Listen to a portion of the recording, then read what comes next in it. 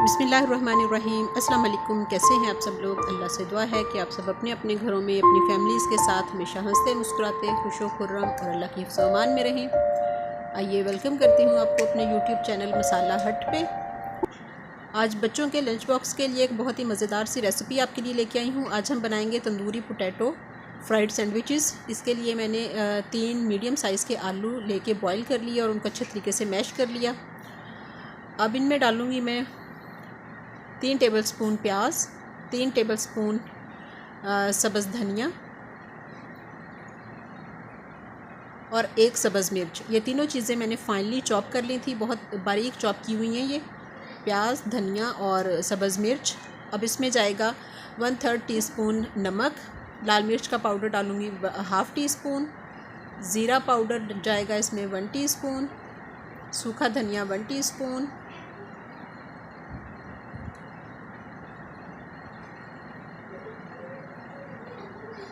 और तंदूरी मसाला इसमें डालूँगी। ये तंदूरी मसाला है, ये भी 1 टीस्पून डालूँगी इसमें मैं।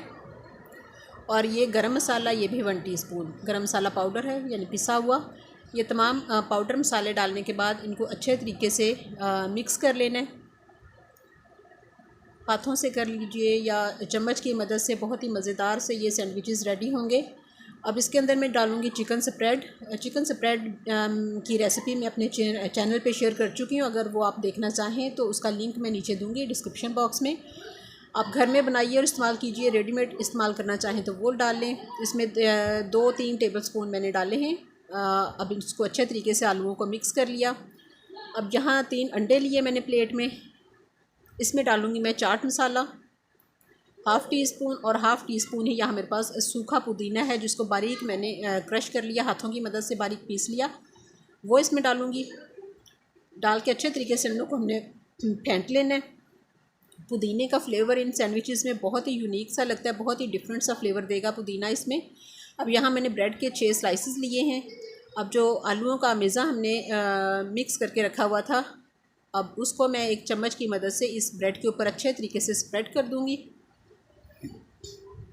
बच्चों के लंच बॉक्स के लिए या नाश्ते में देने के लिए एक बेहतरीन रेसिपी है, जो कि बहुत जल्दी झटपट आप बना के रख सकते हैं।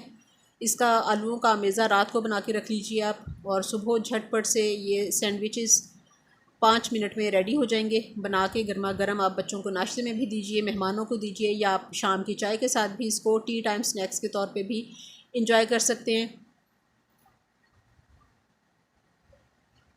तंदूरी मसाले का बहुत ही अच्छा सा फ्लेवर आएगा इसमें।